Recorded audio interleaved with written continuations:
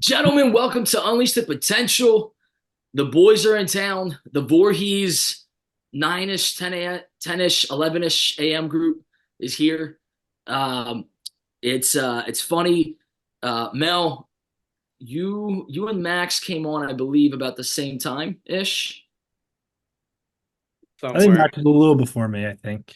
Maybe like Yeah. yeah, Well, I don't Max, I know. think you started like March, April, and then I think Mel, I think you came on. that summer. Yeah, and it's funny because that first summer you were partying with Ross. Am I wrong on that? It was Ross, right? First summer was with Mario. That was Yeah, that's when, right. yeah. And then next summer is when I went with Ross and all them. Right. And then you got stuck with Max and Etsy after Unfortunately, yeah. Stop. that. Wow. Stop. Downgrade, Stop. That's how downgrade. Dave remembers that time.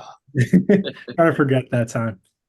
But no, man, I'm excited you guys are here. It's gonna be a fun 30 minutes of high quality information for the TA fan and other hockey community. So yeah, guys, just you know, I kind of want to jump into just talking a little bit about your journeys and how you guys intersected and all that. So, but also let's start with Max. Congrats on going to Reading.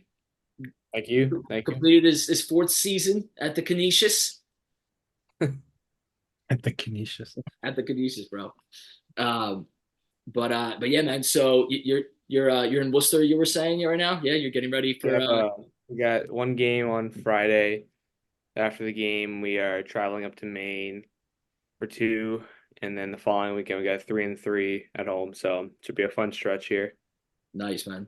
Did you get to talk to the team yet, or like how is that like transition going from like just last weekend you were playing for Canisius and now it's a bit of a change up. So what's like Yeah, how I mean, for it you? was quick. Like I remember on the bus ride back from losing the Holy Cross, unfortunately. If our first signing was Dadama, he actually signed immediately, basically on the bus ride back. But for me and Pal Connor, took us a couple of days. But yeah, we signed Tuesday. That Tuesday, we ended up driving down to Reading, flew up Wednesday. We practiced today, and then we were playing tomorrow. So it's kind of a quick, weird transition. Like you're on one team, then the next thing you know, you're in a whole different league and a whole different group of guys, and you try to fit in the best you can. It's a little bit of a different mentality, obviously. You're not in college anymore. It's professional. You got pro athletes around you, and you got guys fighting for jobs. So that's definitely an adjustment. But other than that, it's still ice hockey at the end of the day. So should be fun. No, man, I think that's the biggest part, right? It's just loving the game and just getting out there and just doing your thing. Not thinking about the different levels, even though, like you said, you just one week you're playing college, next week you're in the pros. That's a big turnaround. So you have been on the ice with the boys? Yeah, we had practice today. Nice, man. That's cool. Um, yeah, and then yeah, guys. So I mean, Max, since I just started bothering you right there, let's jump into it. So, what's your favorite memory with with Mel and Etsy past the last couple of years? Ah, What comes to it's mind right off the bat? Whether it's ice, a whether it's great question. off ice, if it's There's a lot to pick from. The amount of times that I had to spend in a locker room with Mel and Etter. Um, so many memories to choose from, especially in training aspects and in the gym on those assault bikes. I'll never forget those times. I remember Etter running a lot. That also happened a ton. Yep, a lot of running. Etsy's favorite thing. My favorite thing about Uh, but no, all jokes aside, I think my favorite memory was just, every day and during the summertime, you come into the gym or come into the rink 7 a.m. Uh, it just wouldn't be the same if you're by yourself. Like you have your small group. Like for me, it was Mel and Eder the entire time whenever I was training, right? So we come into the rink together every single day. We train, we skate, we push each other. We know our goals, like with hockey. So we're just trying to get better. And then overall, just like one specific memory, I would just have to say, nah, that's tough. I would just say overall, like field days, because some of us would be having a lot of fun, some of us would be Not not so much. having as much fun. So, yeah, it's hard to pick one, man. It really is. Yeah. Well, Mel, I think one of the fun things with you is I your fourth year at Canisius, you were trying to figure out what you're going to do, and you jumped into the work life, um, and then nobody heard from you for about 3 4 months, and Best, then best 3 4 months of my life. There it is. Yeah. terrible, terrible, broken heart over here. But Yeah. that we saw you for a few days at the end. You want to walk us through how was how was the transition for you, man? You went from playing nonstop, injured, all of that, to, you know what, man, I'm gonna change it up a little bit. So if you want to talk about that transition a little bit, how was that for you? Yeah, it was it's a really tough transition going from playing hockey your entire lives, and that's the only thing that you know how to do. Like I started when I was 4 years old, so hockey was my entire life since I was 4 years old, and graduating senior year, everything just like it's just a different aspect that you just are not ready for. And Eder would probably tell you now too, right? How different it is being a working man instead of playing the sport that you loved your entire life. And it just wasn't for me yet. I don't think it was my time. And fortunately enough, I was able to go back for a fifth year back in Canisius, and I enjoyed every second of it. Yeah. No, man, that's because I'm gonna tell you, I was sitting there, I'm like, I just hope he comes back. And you know what? You did, bro. You came. I got the text, or I think Max, I forget who it was, but there was like, yo, I think Mel might be coming back. And you hit me up like a few hours after I heard about it, and I was pumped, man. I'm not gonna lie. It was nice getting you back on the field because the field is where we have a good time. Oh yeah, best time ever. It's a shame we didn't get the body armors anymore. I don't know what happened to that. Listen, bro, it was only you, all right? Everybody else left already, and I was mad at you. My heart was still broken, all right?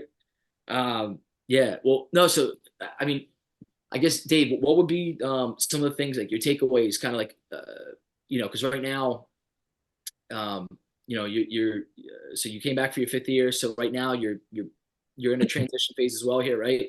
Like, what's some takeaways from last summer to this summer to kind of like what would you if someone that the guys that are also in this kind of situation, what kind of thoughts would you share that you kind of went through? Just don't rush into things, I'd say probably. Like you have your whole life to work. Like you don't need to just go right into the work life.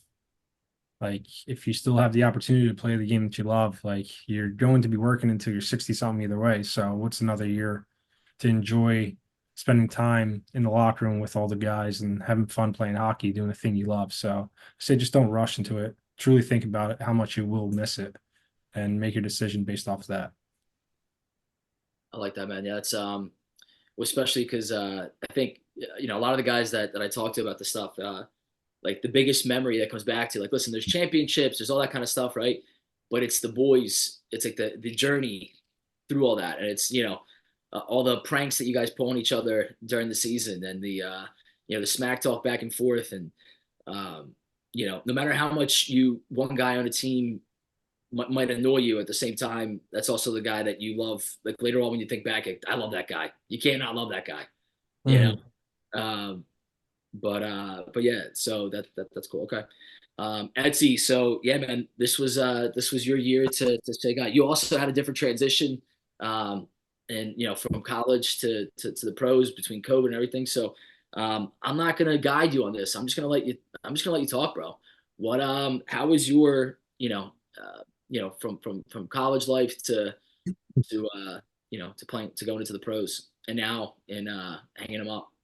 Yeah, so yeah, college was a bit different. I didn't play Division 1 like these two. I was playing Division 3 in up in Boston, and I took it upon myself my sophomore year. I thought it was in my best interest to try and transfer, and I didn't go about that process probably the right way, and it kind of hurt me for a couple of years because I had difficulty transferring out of the school, like getting credit, still trying to graduate on time. So I ended up not playing my junior and senior year, but I still felt like I could play. So I was still training and skating, and fortunately for me, I got an opportunity with the Worcester Railers like right before the COVID season, and I signed a PTO before the camp, and then COVID happened, and half the league shut down, and half the SBHL, the league below that, shut down too. So there wasn't a whole lot of jobs. So I ended up getting stuck at TA with you guys for uh, the longest off season of my life. It's about 12 to 13 months, I think. Yeah, just about that. Just never felt like it ever was going to end. And then, unfortunately, fortunately enough, I got another opportunity in Worcester, and that kind of led to a journeyman career between the ECHL and the SPHL. But an experience I'll never forget. And the summers were a lot much fun, much more fun grinding it out when those two were there. Like I think Max touched on it a bit at the end of the day, like knowing those two were there, you see them every morning at the igloo and we're going to skate. And then, we're driving right to TA and working out. Like the days could be hard, bit of a grind, but it's nice when you have those two there.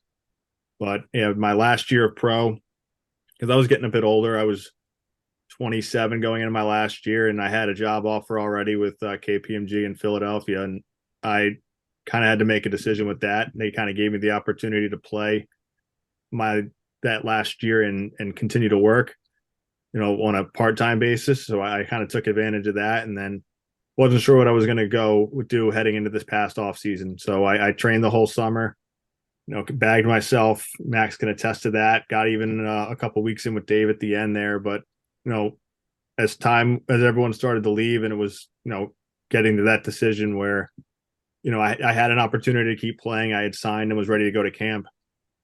That ultimately I just thought it wasn't worth sacrificing the opportunity that I did have. And I just kind of felt that it was my time to hang it up.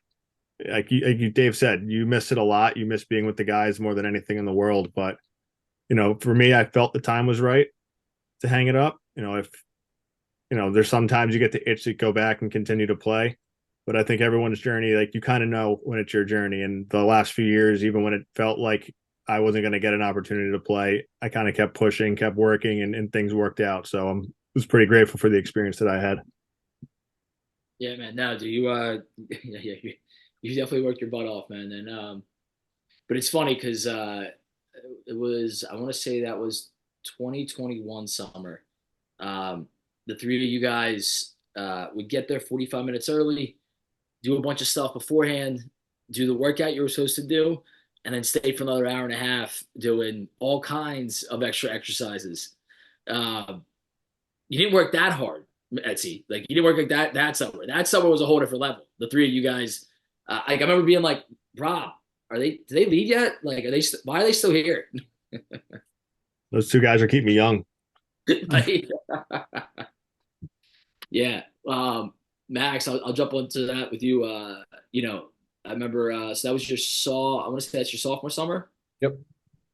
So your sophomore summer was, dude, I mean, listen, you're always driven and you always work your butt off no matter what. But like that summer, man, you were throwing in 3 hour workouts. So why don't you talk to me a little bit about, some of the thoughts that have come across from junior or from sophomore year to, to now on summers and just in general, like that kind of thing.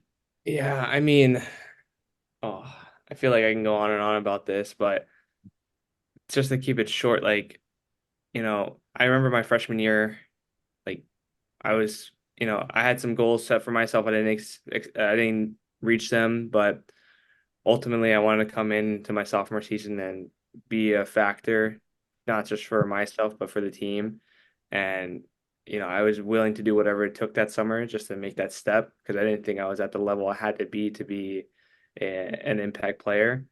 But as you mature and as you grow and as you associate with older guys like Mel and Etter, you realize that your body needs some love too sometimes, and so does your soul.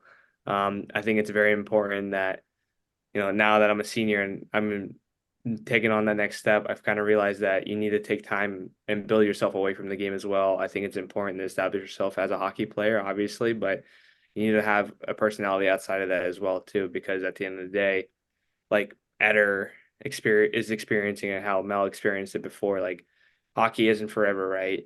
And it's important to grow skills like outside of the game, make sure you're a well-developed person, make sure you have things going on for you. And I think that summer, it was great for me. I think it's great for any young player to go through a phase where it's all about the grind, it's all about working hard and the love of the game, obviously. But at the end of the day, you need to make sure that not only are you pursuing your dreams in hockey, but you're taking care of your body, you're taking care of your relationships, you're taking care of your friends, family, whoever it might be special in your life. So yeah, I think now looking back on it, I don't regret anything, but I am fortunate enough to have learned along the way with some guys here. Yeah, man. No, I think it's a hard thing because when you want to get better, you hear so many inspirational speakers talk about, you just got to go hard. You got to just increase the intensity. Just you got to live it. You got to want it like you want to breathe. But I think such one of the most important parts is that you realize, like you said, Max, like you got to give yourself that time to rest as well. Because remember, at some point when you break, like when you're working out and you're challenging your body, the muscles are breaking down, right? Like the whole thing is they break down so they can build back up. So at some point, if you're not giving yourself enough of that, like you said, that care, um, your body just starts breaking down and continues to break down. So all that work you're putting in, you just start losing. Also, testosterone is highest at the first, like that 45 to hour mark. And I think that's one of the hard parts because and it's interesting because as a coach for me it's tough because I'm like I never want to kill someone's drive. Like I think you guys will agree. Well, Mel, you didn't see the summer, but Joey Argentina this summer was on that bike. He'd finish workout, he'd be on that bike for another 10, 15 rounds, and I'm just like, dude, listen, if mentally you're trying to push yourself into that deeper place, that's one thing, but like your body is not going to be happy with you. you know um, and I think that's something that we all start learning because I know it's something that I also went through where you push yourself and you think that you can just throw everything on your shoulders and just get it, but it just takes time to really get that development. It takes a little more strategy sometimes. Um, so yeah, I think it's an interesting thing to think about, right? Like as you kind of, it's one thing to hear it, but it's another thing to experience it and kind of go through it. Mel, I know you were, me and you always had some fun talks about, getting stronger. What are some of the thoughts that you've come across that you've shared with me in the past few years? I think, yeah, like in the beginning of our phases, and especially in college, was just lift as much as I humanly possibly can. Like try to front squat 500 pounds, try to bench press 300 pounds. But it took me until going into my senior year to realize that it's actually not good for you. And it's much better to make sure your body is healthy than it is to be as strong as possible. There's different ways for strength, especially think for the sport hockey. It's more power than it is lifting as much as possible. And I think it took me a little too long to realize that. I wish I started a couple years earlier, but it is what it is. I think there's a lot more than I do, and it's a lot easier. Well, no, here's the thing, right? Like it's tough because when you're young, right, and you're hungry, like no matter what a coach says to you, right? Like again, intensity, right? It's something that you just kind of push on. And but I think it's interesting because you learn it yourself. Like because again, like it happened to me as well. Like I knew the information on top of that, right? But same ideas is like I just want to push myself past that limit. And I think that's one of the things that is important to realize as an athlete, and hopefully sooner than later, right? Is that like, yo, you just gotta when you're working your butt off, right? You also got to make sure that you're giving yourself that time to rest. But I thought it was always funny because we would go back and forth on the. Dude, I just want to lift real heavy, Key. Can't we just lift really heavy, bro? Weight is an extension of the body. All right, and I'm gonna tell you, man, it was music to my ears when you said, Key, I don't want to lift heavy this summer. I just want to be fast and just crazy powerful. And that was a fun part. No, for sure. Yeah. I think the problem with it too is the testing you have in college, like as a competitor, the way I am, like a little crazy on that side. I always want to be the best. Like Max knows, like all the times, like I needed to win in front squatting. Like I had to have the highest weight since my sophomore year. I wanted to be number one. And it's good and all, but it does take a toll on your hips and stuff like that, your knees. Like that could contribute to why I tore my MCL a few times, why I tore my labrums and my hips could be from just trying to lift as heavy as I can. Yeah, I think that's one of the hard parts, right? Is like in college sports, I mean, just in sports in general, you know, coaches and just in general, they put these different tests in front of you guys and in front of the athletes, and it's let me like who can get the best number, and especially having a bunch of competitive guys in the mix, you go from all right, you want to win, like that's just your DNA, and I think it's so it's tough because like you said, you're not training for that, you're training to be the best player on the ice, but at the same time, you have a situation where you're like yo, I also want to make sure the coaches know that I worked my butt off this summer. I can't be last in the group. So I Right. know it's a hard combination between between it, but yeah, Eds, what about you, man? What fun lessons across the years have really if you were to look back and kind of share. Our biggest thing was, I think, the movement aspect of it all. Like, I think, and you've sent me clips like from time to time, just seeing how I was doing stuff in the very beginning of it to, summer two, summer three, summer four, like just to see the progression of it. Like you take a notice of it on the ice because your body's actually moving the way it's supposed to, but you know, not having that foundation before, you kind of wonder if you'd already had it, the difference it could make.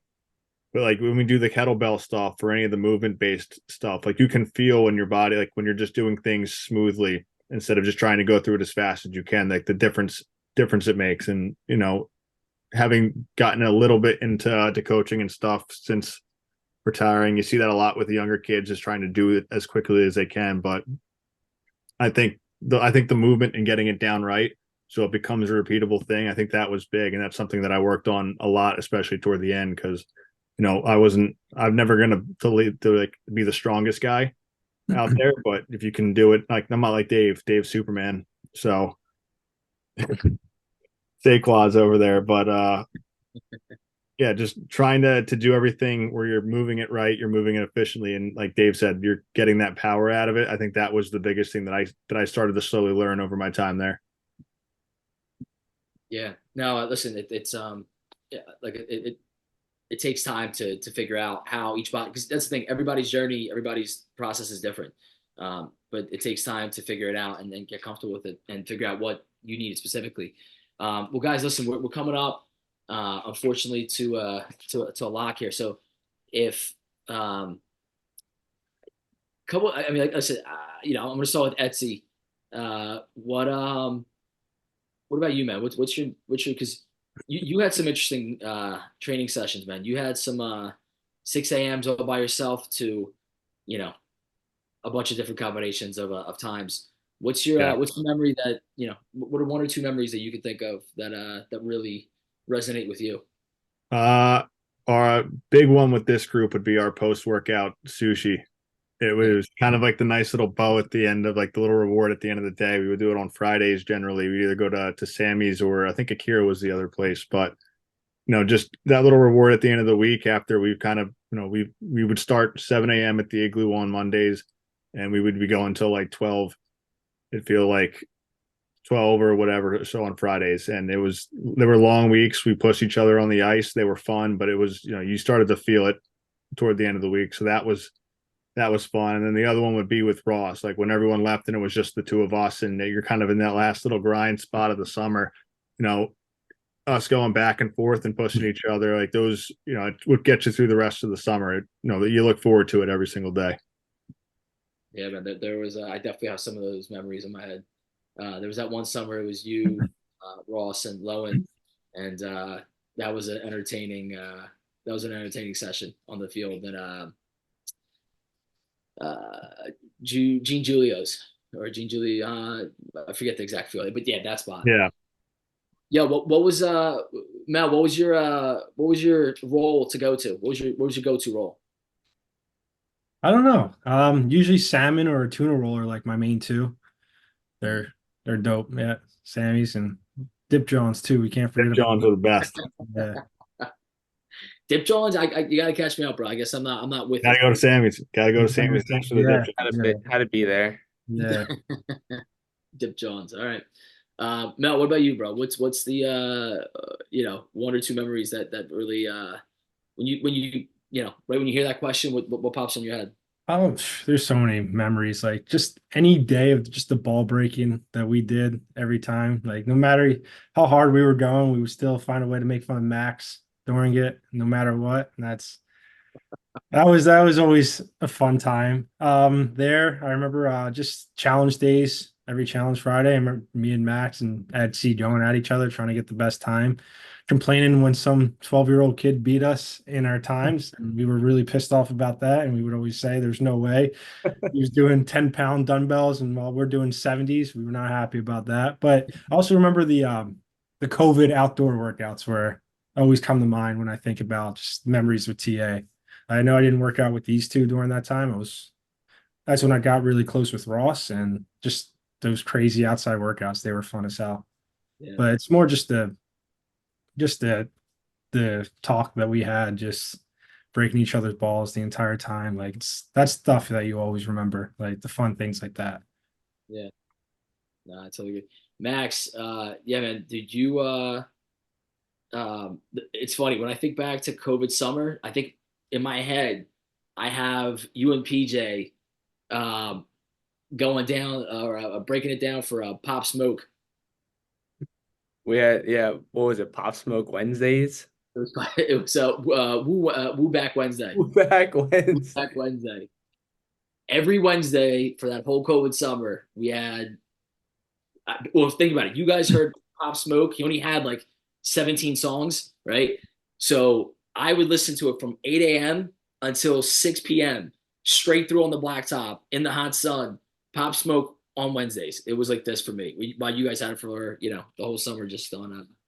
I think it's we overlook the fact that, like, some of the memories also come from Rob and Bang Bang, um, Hoff, I just think when the days when Key would abandon us and just decide that he's too good for us, Wow, too good for you. All right. Hoff and Rob would get the job done, swinging away the Flow Bros. I still don't have my shirt, but I think in writing I'll have one waiting for me in my mailbox. So Yeah, man. No, I was actually hoping Rob would jump on. But the hard part with Rob is you gotta his schedule, man. If you don't schedule with Rob at least a week out in advance, he gets very upset. So I was actually hoping he would jump on with us on this. But guys, I'd love to do. We'll definitely do another one of these, whether you like it or not. I'm Uh, good. we'll get into some more stuff, but um, we gotta cut it out for tonight. So, guys, it's been a privilege and an honor tonight, and I'm gonna tell you, I can't wait to.